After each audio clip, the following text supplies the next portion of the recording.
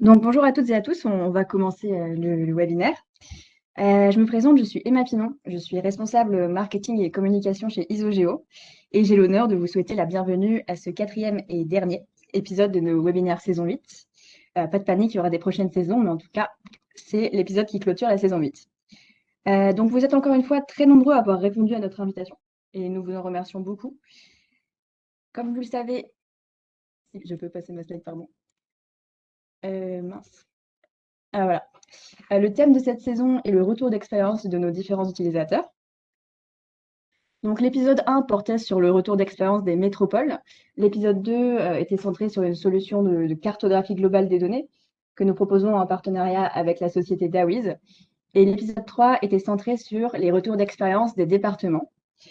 Donc pour l'épisode 4 d'aujourd'hui, c'est au tour des intervenants représentant la région Normandie de venir vous parler de leurs besoins en termes de gestion des données géographiques et bien sûr des outils et des méthodes qui ont été mis en place pour y répondre. Donc, nous avons aujourd'hui parmi nous Christine Lenoir et Jérémy Fleurisson de la région Normandie. Ils sont respectivement techniciennes SIG et responsables SIG. Donc, Christine, Jérémy, bonjour à vous deux et merci beaucoup pour votre présentation et votre participation aujourd'hui. Bonjour. Bonjour. Donc, pour rappel, pour les participants, nous allons clôturer la séance par une séance de questions-réponses. Donc, n'hésitez pas à nous adresser toutes vos questions via le chat du Webex, donc le petit onglet chat dans votre navigateur, et on va se charger, Léo et moi, de les relayer nous-mêmes aux intervenants à la fin de leur présentation. Donc, sans plus tarder, Jérémy, je vais vous passer en animateur. Je vais vous donner le rôle d'animateur pour que vous puissiez partager votre présentation.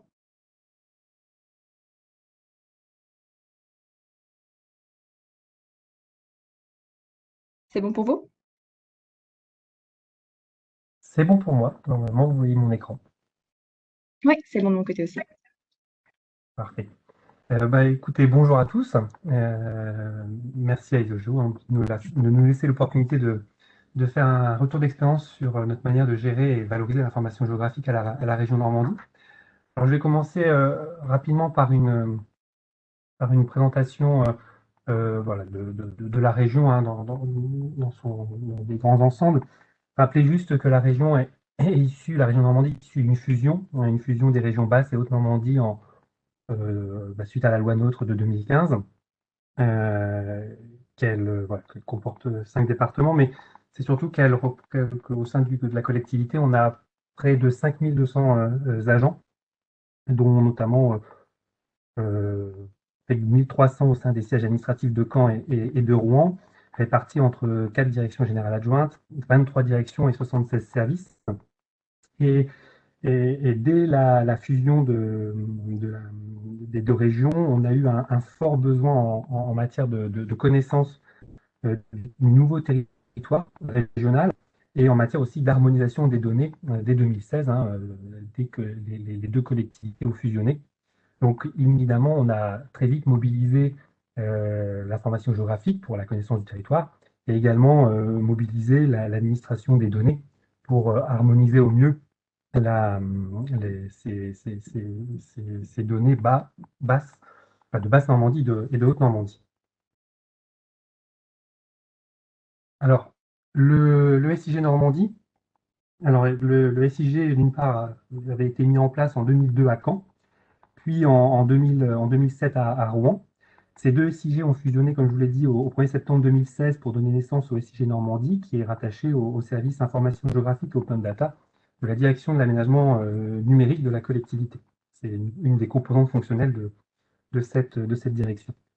Alors l'équipe est composée de 4 personnes, un développeur d'applications cartographiques en charge de l'évaluation et du maintien des générateurs d'applications, notamment d'un registre serveur et de nos outils SIG bureautiques, et puis aussi d'accompagner l'utilisation de ces outils. Un cartographe en charge de la production statique et dynamique, une administratrice de données localisées en la personne de Christine, de Christine Lenoir qui m'accompagne aujourd'hui, qui est en charge du catalogue des données géographiques, du respect de la réglementation française et européenne en la matière, et d'assurer aussi la liaison avec les catalogues régionaux et nationaux, de gérer les bases de données localisées de la collectivité en somme. Et puis enfin, moi-même, responsable SIG, en charge de la coordination de l'activité et de l'animation de l'information géographique auprès des services de de la région. Alors, malgré des missions principales spécifiques de chacun d'entre nous, il y a une certaine polyvalence au sein de l'équipe et une transversalité assez forte. Les missions principales du SIG sont de produire des cartographies statiques ou dynamiques au service des politiques et projets régionaux, dans le but notamment de les éclairer dans leur prise de décision, de les aider au quotidien dans le suivi de leur mission et de favoriser le partage de l'information. C'est également aussi administrer les données géographiques de la collectivité. Il faut noter que les données géographiques sont produites majoritairement au niveau du SIG Normandie à l'heure actuelle, et non dans les services opérationnels, sauf quelques exceptions. Et puis enfin, d'accompagner, de conseiller, d'assister les services, de participer à la culture dans le domaine de la donnée numérique. À l'heure actuelle, le SIG Normandie est encore très centralisé. Les SIG de bureautique sont principalement utilisés par les agents du service en charge de l'information géographique et par quelques agents spécifiques de la collectivité. En revanche, via des applications cartographiques développées au sein du SIG même, les services peuvent consulter, interroger et mettre à jour leurs données. Alors, je vous présente là un rapide schéma, de notre architecture. Pardon. Alors, l'objectif, c'est une présentation assez schématique et succincte, comme je vous l'ai dit. Elle a vocation de souligner d'une part notre environnement technique, qui est basé essentiellement sur les outils SRI, donc ArcGIS Enterprise, Portal for ArcGIS, ArcGIS Online, ArcGIS Desktop, et puis à terme ArcGIS Pro. Même si on a quelques briques libres avec l'utilisation du logiciel QGIS, on reste essentiellement environnement SRI. Mais c'est surtout aussi la volonté de souligner aussi la place du catalogue au sein de cette architecture. Vous voyez, elle est assez centrale puisque le catalogue va nous permettre d'aller scanner l'ensemble de nos données, notre patrimoine, et après de diffuser ce patrimoine auprès de nos utilisateurs ou du grand public. Donc c'est vraiment l'idée générale qu'il faut retenir. Alors, en matière de besoins en Geodata Management, en 2016, à la suite de la fusion des deux ex-régions normandes, ces besoins se sont retrouvés dans les objectifs permettant d'établir la feuille de route du SIG régional, du tout nouveau SIG régional, dans l'objectif d'apporter un appui méthodologique à la maîtrise d'ouvrage des études prospectives régionales et d'assurer l'administration et la production cartographique des données localisées.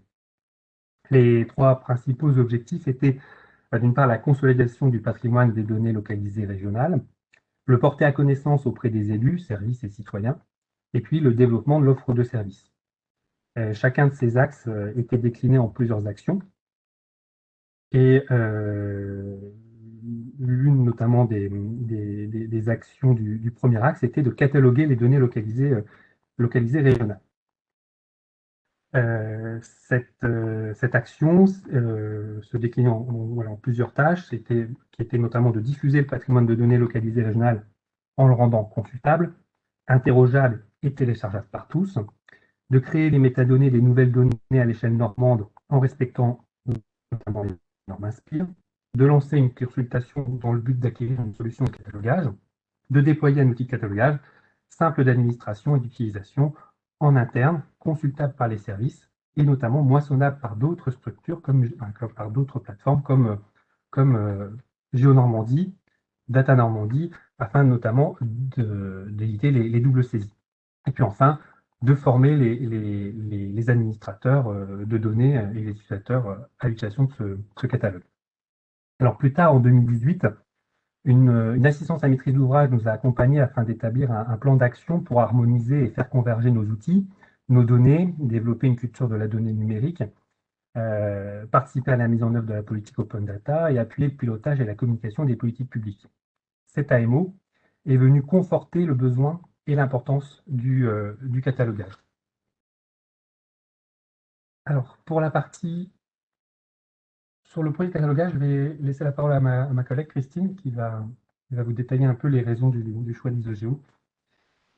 Oui, bonjour à tous une nouvelle fois. Donc, en fait, très vite, voilà, c'est présenté la saisie des métadonnées. Donc, on nous est équipé en outils Esri. Donc, on a commencé par saisir les données dans Arc Catalogue. Et puis, on a eu plateforme GeoNormandie, donc on a aussi essayé d'extraire les données d'Arc Catalogue pour les intégrer sous GeoNormandie. On a testé aussi la saisie directe sous GeoNormandie de ces données et comme le disait tout à l'heure très justement Jérémy, ben, on a essayé de trouver une solution pour éviter de faire de la double saisie puisque les essais qu'on a pu faire avec ArcCatalog et GeoSource ont fait que ben, effectivement il y avait quand même pas mal de double saisie. Et c'est là qu'on a commencé à tester IsoGeo, qui nous a paru vraiment, vraiment bien correspondre à notre demande, en sachant que nous, on utilise pas mal de fichiers Excel, donc des tables dans lesquelles on a créé un dictionnaire des données que les services remplissent et qui nous aident à établir justement les métadonnées. Et ce dictionnaire, il colle, enfin, c'est même plutôt IsoGeo d'ailleurs, qui colle bien au système qu'on a déjà commencé à mettre en place par le biais du DICO des données. Nous, ce qui nous a séduit sur IsoGeo, c'est justement son ergonomie, que ce soit très fluide, que ça utilise un langage très simple, très intuitif. Les recherches sont assez aisées. Et bien entendu, ben, son plus, hein, c'est le scan, c'est-à-dire que ça scanne tous nos dossiers où il y a des couches géographiques. Voilà pour cette partie-là. Jérémy, je te repasse la parole.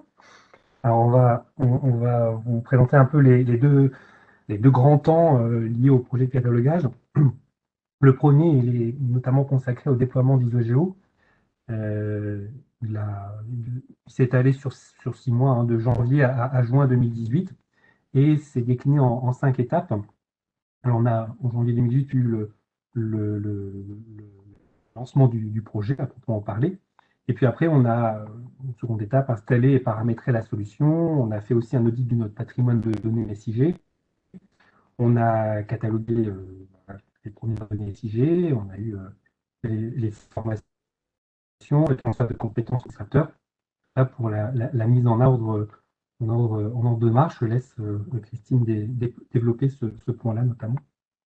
Et la formation, bah, c'était d'abord pour en avoir suivi beaucoup des formations.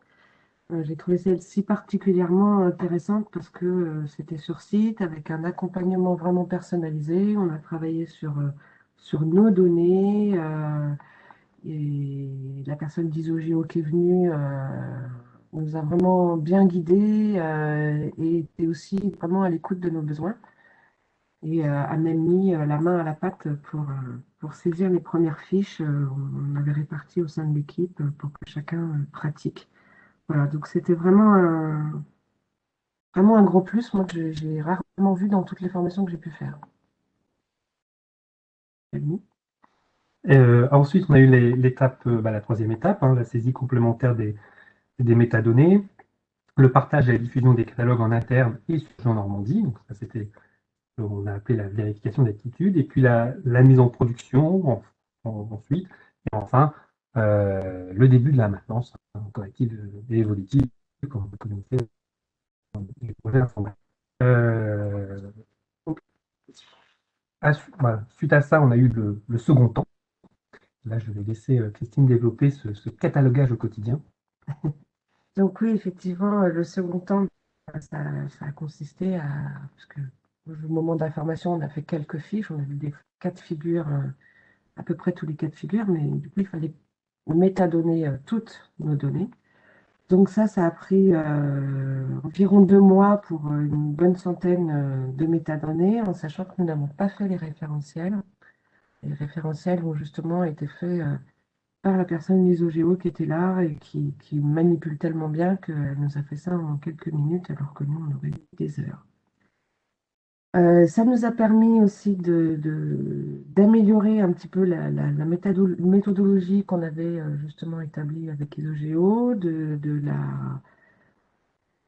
ouais, de vraiment la calquer à notre fonctionnement, à ce qu'on souhaitait faire, sachant que Isogeo avait créé une méthodologie, mais surtout une présentation de pourquoi il faut métadonner, quel est l'intérêt, et aussi la répartition des rôles et cliquer sur nous, hein, de chacun qui intervenait à quel moment et tout. Donc nous, on s'est bien approprié ce guide et du coup, on l'a vraiment modifié et personnalisé en fonction de ce qu'on fait, ce qui fait qu'il est pratiquement devenu un tutoriel, hein. Euh, et donc, bah, ça nous a aussi surtout permis de faire des retours d'expérience à Isogeo sur bah, là, on a du mal, ça passe pas. D'abord, est-ce que vous pouvez nous aider parce que peut-être qu'on se trompe de méthode. Et puis aussi, bah, si ça modifiait, ça arrangerait peut-être les choses de plusieurs. Je vais prendre un exemple sur les attributs. Il y avait deux icônes qui étaient rapprochés l'un de l'autre et tout petits. Bah, maintenant, ils sont plus gros et écartés et on évite de faire des erreurs, comme j'ai pu en faire. Rattrapable, je vous rassure. Et bon, on développera de toute façon tout ça plus tard. Et puis ensuite, on a fait des tests de plusieurs petits modules dont Jérémy, pareil, on parlera plus tard dans la présentation. En tout cas, l'objectif était de faire en sorte que qu'Isogeo réponde le mieux possible à nos besoins. Alors, je vais justement vous faire part voilà, de ce que on a mis en place au sein de la région. Donc, on a pris la plateforme IsoGeo avec plusieurs packs, notamment un pack 3 utilisateurs et les fiches notamment de métadonnées illimitées. Alors, Christine vous présentera ça plus en détail et plus concrètement juste après mon propos. On a également pris le module scan. Alors, ce module scan nous a permis quand même de nous caler à notre organisation, de caler en fait IsoGeo par rapport à notre organisation, nous, des données qui sont organisées selon 16 thématiques. Donc, on a 16 points d'entrée de scan dans le scan IsoGeo, ce qui pour nous est confortable. Et puis, l'avantage aussi du scan, c'est que ça nous permet aussi de balayer régulièrement nos dossiers ou bases de données et de faire remonter les nouvelles données dans un catalogue spécifiquement intitulé Nouvelles données, afin de les identifier plus rapidement pour ne pas oublier, et puis les cataloguer le plus rapidement possible euh, après leur création, entre guillemets. On a également pris le module Open Catalog, que l'on a pu intégrer en interne au sein de donc à gauche, au sein de notre intranet, que l'on appelle Viking chez nous, pour l'ensemble de nos services et, euh, et, euh, et nos directions. Et puis en externe également, à travers notre site vitrine que l'on appelle Normandie à la carte, que vous retrouverez à sij.normandie.fr, où vous retrouvez également cet Open Catalog avec un jeu de données différent en externe, en interne, puisqu'on a fait, on a fait le choix en externe de ne mettre en valeur que les données dont nous sommes responsables, dont nous avons géré la production ou sur lesquelles nous avons apporté une plus-value. On a également pris le module CSW qui nous permet d'être moissonné d'une part par GeoNormandie, donc on va retrouver nos données, nos fiches de métadonnées dans le catalogue de GeoNormandie et via la passerelle Inspire également sur data.gouv.fr via geo.data.gouv.fr. Et enfin, pour terminer, on a aussi mis en place divers plugins. Alors au départ, on avait pris le plugin ArcMap. ArcMap est chez nous bientôt en passe d'être abandonné au profit d'Argis Pro. Donc on a saisi l'opportunité quand IsoGeo nous a proposé de participer à son développement, d'y contribuer. Donc aujourd'hui, le plugin est en cours de déploiement. On échange encore régulièrement avec IsoGeo pour corriger voilà, quelques petits bugs. Mais ces plugins sont vraiment très utiles dans. Alors là, on n'est plus dans l'administration des métadonnées ni dans l'administration du catalogue, on est vraiment dans la réutilisation des métadonnées pour les utilisateurs dans l'univers utilisateur. Et donc là, à travers un outil bureautique, ArcGIS Pro, on peut directement aller interroger le catalogue et on vous montrera plus concrètement tout à l'heure, mais on peut directement intégrer les données liées aux métadonnées suite à l'interrogation du catalogue directement sur ArcGIS Pro. Alors tous ces outils, hein, OpenCatalog, CSW, plugins, concourt vraiment au partage et à la diffusion de notre patrimoine de données géographiques. Et ça, c'était vraiment l'objectif que l'on recherchait euh, à travers ça.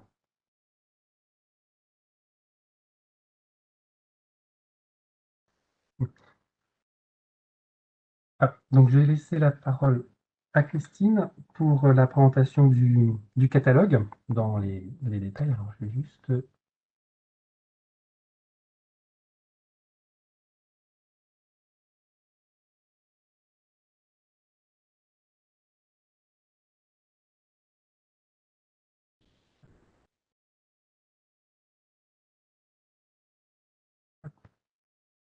Merci, Jérémy. Donc voilà la plateforme Isogeo. Là, vous avez en premier point le tableau de bord qui, pour l'administration, est extrêmement utile, notamment pour avoir déjà une vue d'ensemble de toutes nos données, et surtout quand on administre, on a besoin de savoir si tout est OK, s'il n'y a pas de petits bugs. Voilà, donc on peut s'interroger notamment sur, tiens, c'est étrange, il y a 5 systèmes de coordonnées, normalement on est censé en utiliser qu'un, comment ça se fait? Donc effectivement, quand on va dessus, on voit tout. Et là, on se rend compte que bah, en fait, c'est parce qu'il y a des référentiels qui sont saisis. On a aussi une seule donnée raster, donc enfin, voilà. Donc ça, on a toujours une explication, mais c'est intéressant de justement pouvoir faire un point de temps en temps. Alors ça, c'est quand même assez rare hein, quand on le fait. Ensuite, on a le module donc administration. Donc, sur le module administration, on peut, bon, les paramètres généraux sont définis tout au départ, hein, mais surtout on a là tous nos catalogues, comment on les partage, donc ce que Jérémy vous a montré tout à l'heure. On a les carnets d'adresses qu'on peut donc personnaliser. Nous, on a créé un carnet d'adresses par grande thématique, en fait. On a aussi les licences, les mots-clés qu'on peut également personnaliser, hein. Donc, à gauche, les mots-clés qui sont utilisés par tous les utilisateurs des OGO. Et nous, on a fait le choix de restreindre la liste pour les personnes qui saisissent en interne, à savoir moi et moi. Non, j'exagère. Mais donc voilà. Et c'est en fait, on a restreint surtout pour éviter qu'il y ait différentes façons de saisir et que voilà, ça force. Ce mot-clé n'existe pas, donc la personne va se poser la question de pourquoi il n'existe pas, parce que je ne dois pas bien l'écrire. Voilà, bon, après sont les spécifications, les systèmes de coordonnées, donc ça, bien sûr, on n'y touche pas. Et le scan que Jérémy vous a montré rapidement tout à l'heure. Ah, excusez-nous, il faut qu'on se connecte.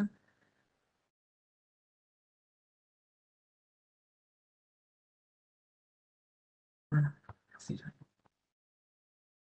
Donc, chaque catalogue, et on a une vue d'ensemble ici des derniers catalogues scannés. Donc, vous voyez que tout à l'heure, j'ai lancé 2 scans hein, sur l'éducation, sur les territoires.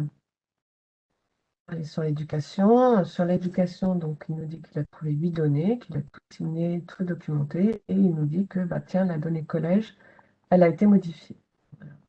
Si on voit la donnée lycée, vous allez la voir sous différentes phases, cette donnée lycée, puisque c'est quand même une de nos données majeures. Euh, Sur le scan, voilà, je vous ai tout dit. Peut-être juste vous montrer rapidement. J'ai scanné donc les territoires tout à l'heure. Hop. Eh ben, évidemment, je suis désolée, je pensais vous le montrer. Normalement, quand il y a une nouvelle donnée, on voit bien qu'elle est nouvelle et nous, on a fait le choix. Donc, quand on scanne, de définir que les données scannées du catalogue agriculture n'allaient pas directement dans le catalogue agriculture, mais dans un catalogue qui s'appelle nouvelles données. On nous obligeait justement à les scanner, à les métadonner, à les cataloguer pour que après on puisse les mettre dans le bon catalogue. Donc là, par exemple, vous voyez qu'il y a effectivement deux nouvelles données qui sont apparues, puisqu'elles apparaissent toujours en premier. Donc là, c'est l'inventaire. Donc dans l'inventaire, on a la possibilité donc, de mettre des filtres. Un jour, peut-être d'autres possibilités dont je vous parlerai plus tard. Et on va aller on va taper lycée. Même justice, ça devrait fonctionner. Et voilà, nous avons la donnée lycée public et établissement scolaire. Dans cette couche, donc, comme moi ça apparaît, j'ai juste le nom, qu'on voit ici, le nom de la couche géographique. À partir de là, je dois modifier, donc tout est vierge, hein. Et là, je dois lui donner un bon titre, je dois résumer la donnée.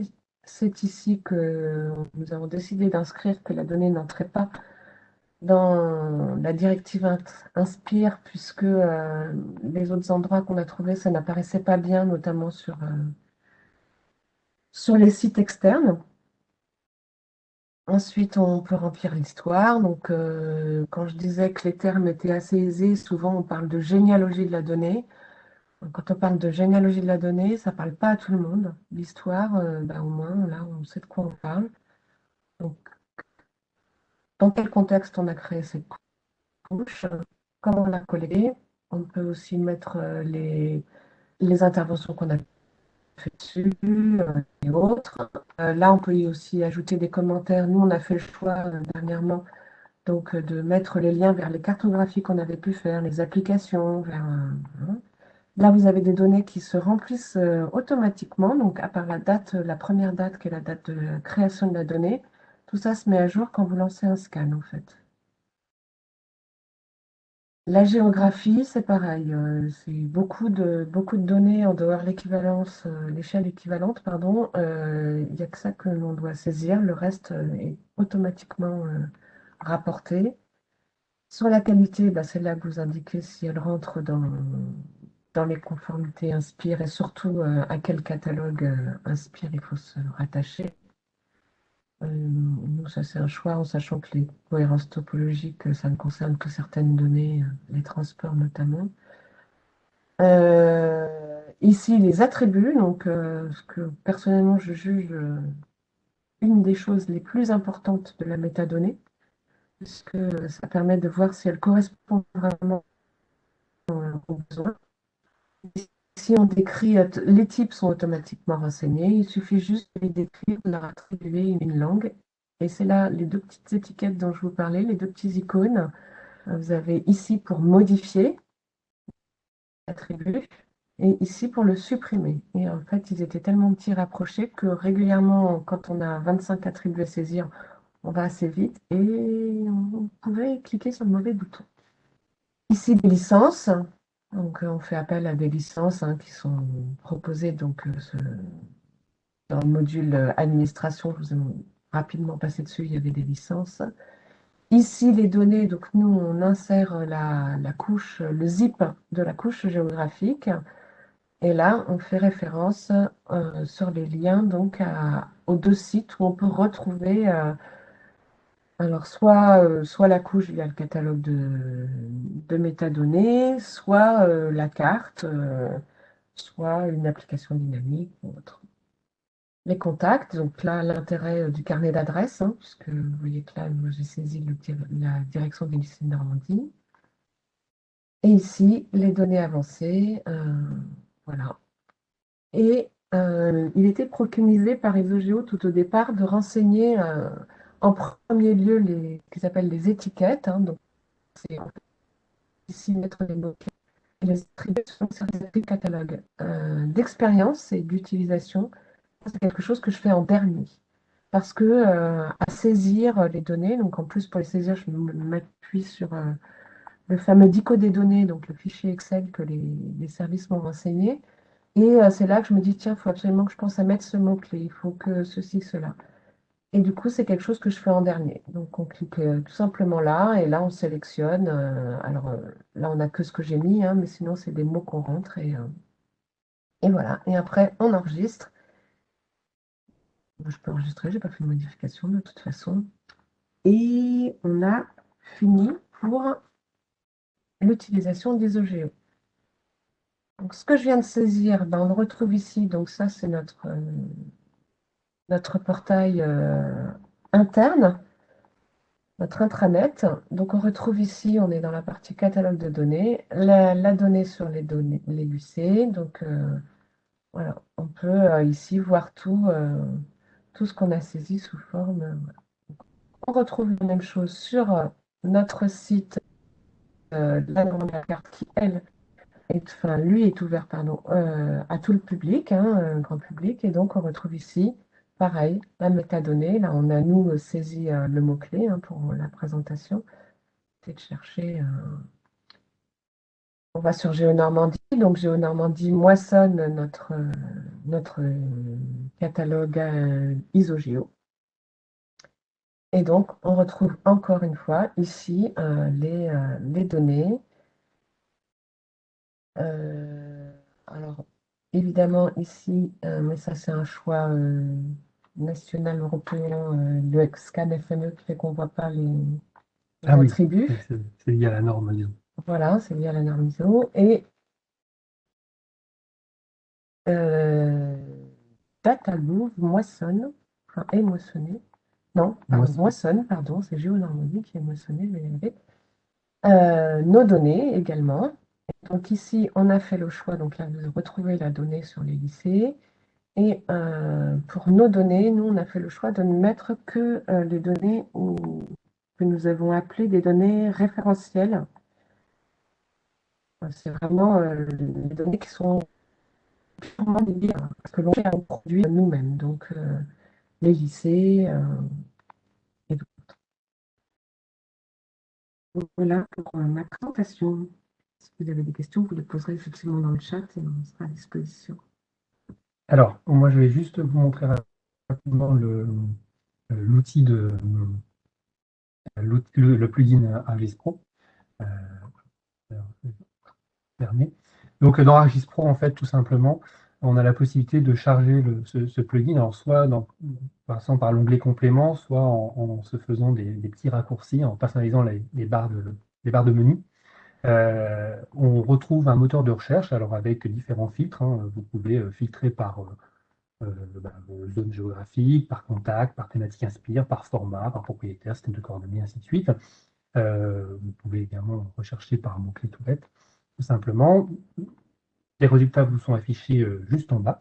Et puis là, l'avantage vraiment de ce plugin, c'est que vous interrogez le catalogue de métadonnées, l'utilisateur interroge le catalogue de métadonnées depuis son outil SIG bureautique, et puis après, il décide de l'ajouter à sa carte, à son application directement. Et vous avez vu là, on a directement ajouté la couche et on la retrouve ici dans le contenu affiché dans la table des matières. Donc voilà, c'était pour vous montrer vraiment l'utilisation assez facile et surtout pour nous l'intérêt de pouvoir interroger directement le catalogue et intégrer la donnée depuis le catalogue sur la carte en production.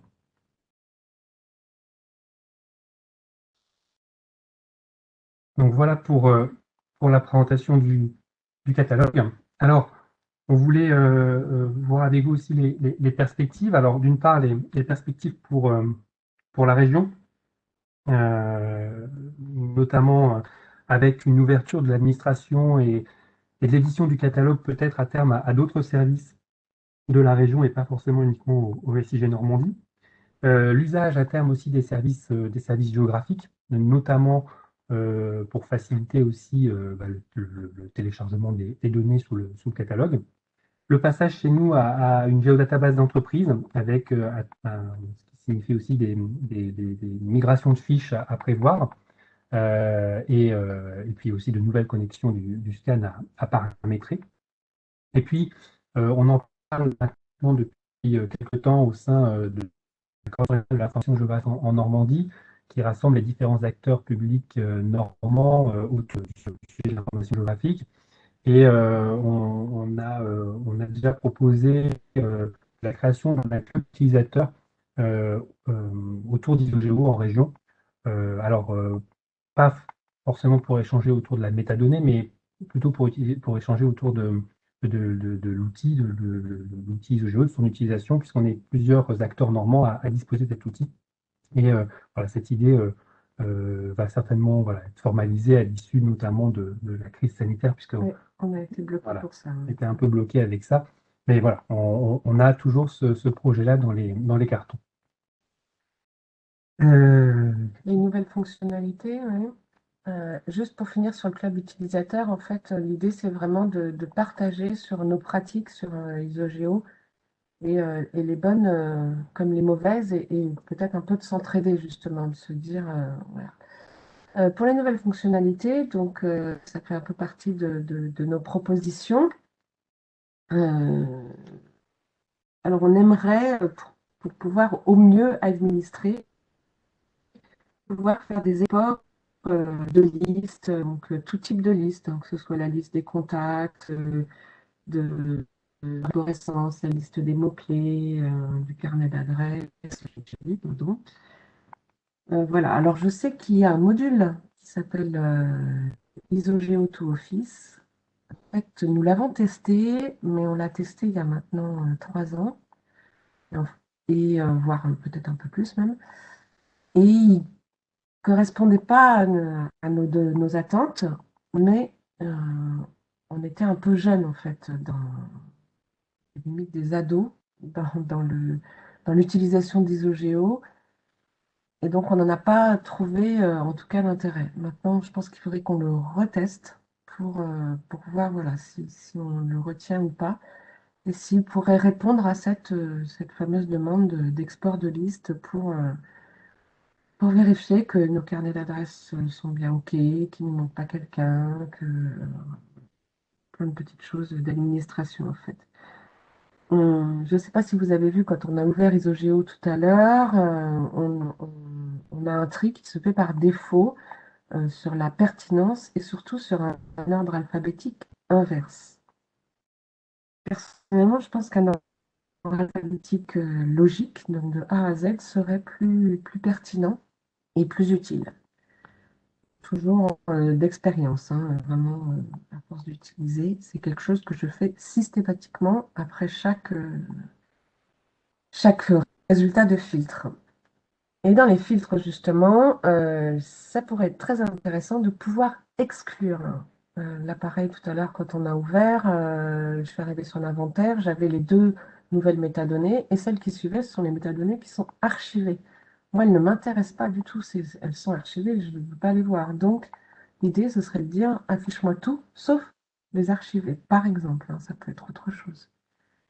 On aimerait aussi voir les statistiques des consultations, soit de l'interne, soit de l'externe, sur tout ce qui se fait, toutes les couches que l'on peut créer. Est-ce que réellement elles sont consultées, utiles ou pas? Et on a suggéré à Isogeo qui, nous le savons, établit une roadmap donc, de tout ce qu'ils ont à faire. On leur a dit que ça serait peut-être intéressant de le mettre sur le site pour que on se dise tiens, les nouvelles fonctionnalités qui arrivent, bon, bah, c'est pas la peine que je les interroge là-dessus, voilà, ce genre de choses. Voilà, sur les nouvelles fonctionnalités, ce que l'on peut vous dire, entre autres. Donc, ils ont un petit fichier avec plein d'idées.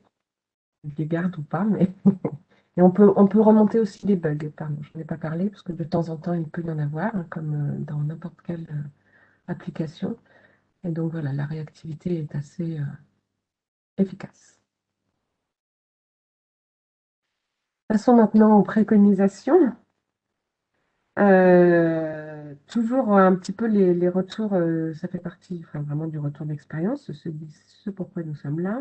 Euh, L'idéal, c'est quand même de définir voilà, un responsable du catalogage qui, justement, à force de les manier, va être le plus à même d'administrer, de guider, d'organiser, d'avoir la même logique. Voilà, de ne pas avoir un truc complètement fouillis où finalement personne ne s'y retrouve. Surtout la personne qui un jour remplace et se dit, mon Dieu, comment ça fonctionne.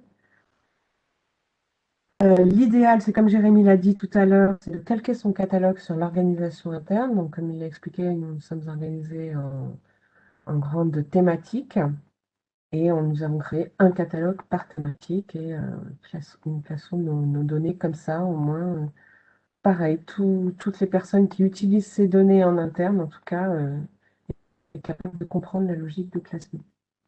Et donc de mettre en place un guide de saisie des métadonnées pour accompagner justement tous les utilisateurs. Moi, la première, parce qu'en fait, dans ce guide de saisie, j'ai mis des phrases qu'on copie-colle et qu'on adapte, hein, bien entendu, aux besoins, mais qu'on copie-colle dans les différentes cases d'ISOGEO à remplir. Et c'est franchement très pratique. Donc, juste pour information, ce guide a été transmis il y a peu à ISOGEO. Donc, il n'y a pas de souci pour le partager avec qui le souhaite et le compléter. Et si vous le complétez, on est intéressé. Si vous avez d'autres idées, on les prend, bien entendu. Je vais repasser la parole à Jérémy. Merci à tous. Bah, voilà, enfin, je pense qu'on peut conclure en disant il faut surtout pas négliger le catalogage dans la gestion des données au quotidien et d'ailleurs des données pas forcément uniquement géographiques. Voilà, je pense que ça reste un élément important et j'espère à travers notre présentation, on a pu vous le démontrer. En tout cas, merci à tous Merci. pour votre écoute. Merci beaucoup, Jérémy et Christine. Je vais vous laisser me redonner la main pour que je puisse repartager le PowerPoint. Merci.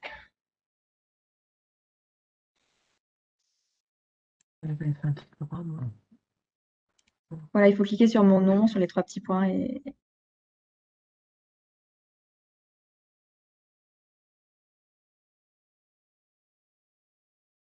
Sur le nom, puis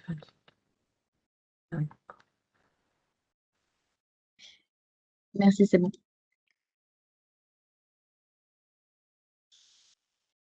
Voilà, vous voyez bien mon écran? Oui, oui. Impeccable. Du coup, on va passer aux questions. Je vais laisser Léo relayer les questions des participants. Oui, il y a une question de Sylvie Dupont, région Pays de la Loire. Bonjour Sylvie. Elle se demandait pourquoi tous vos jeux de données ne sont pas en GDB. Parce qu'il y a j'ai vu qu'il y avait du shapefile et de la GDB dans le tableau de bord. Donc c'est la question qui est posée.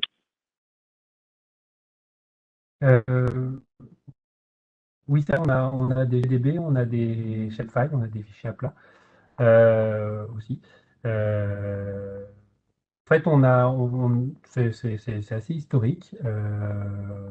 On va dire comme on avait ce projet de passer quelque temps en géodatabase d'entreprise, on a plutôt fait le choix de conserver une partie de nos données en shapefile et une autre partie en géodatabase. C'est vraiment voilà, à terme, on poussera la majeure partie de nos données sur la géodatabase d'entreprise, mais c'est vrai qu'à l'heure actuelle, on est encore sur un mixte des deux. c'est vrai que là, elles sont organisées aujourd'hui toujours par thématique, bien entendu, et on ne fait des géodatabases que quand on regroupe, enfin que les données sont regroupables, voilà. Mais c'est aujourd'hui l'organisation qu'on a choisie. Je pense qu'effectivement, elle va beaucoup évoluer quand le SGBD sera en place, hein.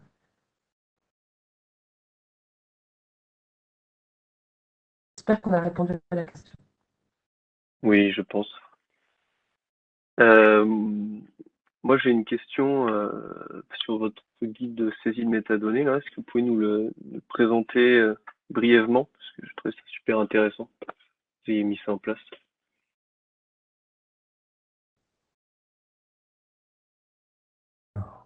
Vous le présentez à l'écran, vous voulez ou... On peut, hein, Oui, pas de souci. Ça, il n'y a pas de problème. Non, on en a deux. ça peut intéresser.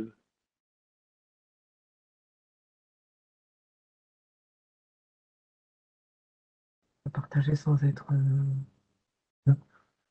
Il me semble quand même. Ah oui, on va partager juste quelques écrans.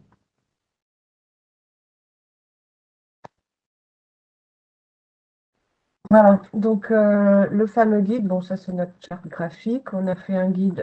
Au départ, on avait un seul et unique guide, donc comme je l'ai dit, basé sur le travail d'Isogéo. Donc, Isogéo reprenait l'explicatif et autres, les rôles de chacun, voilà. Et donc, et après, on s'est vite rendu compte que ce guide arrivait à une trentaine de pages. On s'est dit là, ça ne devient plus un guide, c'est juste plus utilisable. Donc, on a préféré scinder la partie pourquoi métadonnées. Donc, ça, c'est quelque chose que chaque utilisateur va lire une bonne fois pour toutes. Il comprend la logique, il comprend l'intérêt. Voilà, donc ça, c'est des chapitres, non pas qui ne sont pas intéressants, hein, mais je pense que ce qui doit vous intéresser le plus, c'est ça. Et ensuite, le comment. Donc, on a essayé de faire quelque chose d'un peu, enfin, de vraiment très pratique et presque un tuto, quoi. Donc, voilà, l'ouverture, chaque fenêtre, le un, le 2, ce que vous devez faire. Là, vous devez cliquer. Voilà, donc ça, il y a vraiment. Et puis moi, j'ai mis en évidence donc aussi, puisque les majuscules doivent être accentuées pour notamment permettre les recherches, ça aide beaucoup sur pas que Isogeo, hein, mais sur beaucoup d'autres logiciels. C'est un principe qu'on a choisi en interne de demander à chacun. Voilà, d'accentuer les majuscules. Et donc, j'ai mis en rouge bon, ce qui doit sauter aux yeux et surtout, voilà, en surligné violet, les petites phrases à copier qui sont vraiment utiles pour tous, quoi. Donc, par exemple, dans l'historique, dans la partie création, le, le besoin photographique. Donc, il y a différents contextes à chacun de choisir et de personnaliser. Qu'est-ce que je peux vous montrer d'autre? La partie bon, géographique, il n'y a pas grand-chose. Voilà, on a expliqué aussi comment rechercher le fait qu'on soit ou pas, qu'on fasse référence à une spécification d'Inspire. On a mis un lien également sur justement l'affectation des thèmes. Là, pareil, sur toutes les lignes à remplir. Ah oui, ça c'est parce qu'on a fait le choix, nous, de limiter, ça c'est lié à l'abonnement. Jérémy, tu peux compléter sur le nombre de MO, notamment quand on a des couches très lourdes, on ne peut pas les charger sur Isogeo. Oui, on n'a pas pris de stockage sur Isogeo parce qu'à terme, on souhaite utiliser ce que je disais tout à l'heure, les services cartographiques géographiques pour diffuser les données et en faciliter les téléchargements, notamment le flux WFS. Voilà, donc en fait, si la donnée est trop lourde, on la met en lien, en téléchargement sur le cloud de la région. Et voilà, donc les contacts. Et en toute fin, ben là, voilà ce que je vous disais sur la recherche de thèmes. Et en toute fin, voilà, on les félicite, hein, et on a prévu le cas spécifique. Et moi, c'est quelque chose que j'utilise énormément. Je me suis fait une petite fin avec juste les zones, les petites phrases que j'ai à copier-coller pour pas avoir à défiler toutes les pages. Mais voilà, c'est quelque chose qui est extrêmement pratique pour tous. Ça répond à ta demande, Ok, Léo? ouais, c'est super, merci. Ouais, je trouve ça super intéressant ce guide, c'est pour ça. Il y a une dernière question. Que vous avez un peu calculé le retour sur investissement du catalogue, c'est-à-dire le temps que vous y avez passé pour le construire et finalement le temps que vous gagnez aujourd'hui. au quotidien grâce à Bah, cet outil, quoi. alors, je laisserai la parole après à Jérémy, mais moi, ce que je peux dire, c'est que j'ai mis 2 mois pour remplir, enfin, environ 2 mois, hein. J'ai pas mis de bâton sur les jours, mais à plein temps, hein. Mais euh, c'est que maintenant, le catalogage me prend, on va dire, une grosse journée par mois. Voilà. Donc, franchement, c'est un... Et le fait de toute l'organisation mise en place et le guide font que, voilà, on a vraiment gagné en efficacité et en sécurité, je dirais, aussi. Parce que c'est tellement décrit qu'en fait, on est sûr de ne pas oublier quelque chose, quoi. Et c'est fluide, c'est très fluide pour remplir. Voilà. Jérémy, je sais pas si t'as... Non, c'est vrai qu'on n'a pas fait d'évaluation détaillée. Ce qu'on peut dire, c'est que ça nous facilite quand même grandement la tâche en termes de diffusion et de partage, encore une fois, hein. À partir d'un seul et même catalogue, on peut alimenter à l'heure actuelle 4 sites, 5 maintenant avec la plateforme, on n'en a pas parlé, c'est vrai, mais la plateforme expérimentale opendata.normandie.fr qui vise à publier les données et les données de la collectivité ouverte, euh, en n'alimentant qu'un seul catalogue. C'est-à-dire, on ne travaille, on administre un seul catalogue, le valoriser à travers une multitude de portails et d'outils, hein, comme on l'a vu avec le plugin Analyst Pro. Donc pour nous, ça, c'est vraiment une grosse plus-value. Et ça nous permet aussi aujourd'hui de partager rapidement nos catalogues, puisque quand il a été décidé de mettre en place une plateforme expérimentale opendata.normandie.fr, les données géographiques ont été les premières à pouvoir être publiées et diffusées, puisque c'était les premières à être organisées sous forme de catalogue moissonnable. Voilà ce qu'on peut dire aujourd'hui sur le retour sur investissement, entre guillemets. Et je pense que les statistiques, quand on pourra en sortir, pourront complémenter tout ça, en fait. Ok, merci. On n'a pas d'autres questions pour le moment. Ok. Vous avez été très clair. Du coup, s'il n'y a pas d'autres questions, on va clore ce webinaire. Donc, merci beaucoup encore une fois pour votre participation, Christine et Jérémy. Et un grand merci également à tous nos participants pour vos questions, votre disponibilité et votre attention. Comme je le disais tout au début du webinaire, cet épisode sera disponible à partir de la semaine prochaine sur notre chaîne YouTube. Donc, vous pourrez aller le reconsulter ou le partager à vos collègues. Et j'en profite également pour vous donner rendez-vous au Geodata Days à Grenoble, donc les 15 et 16 septembre prochains, puisqu'on y tiendra un stand.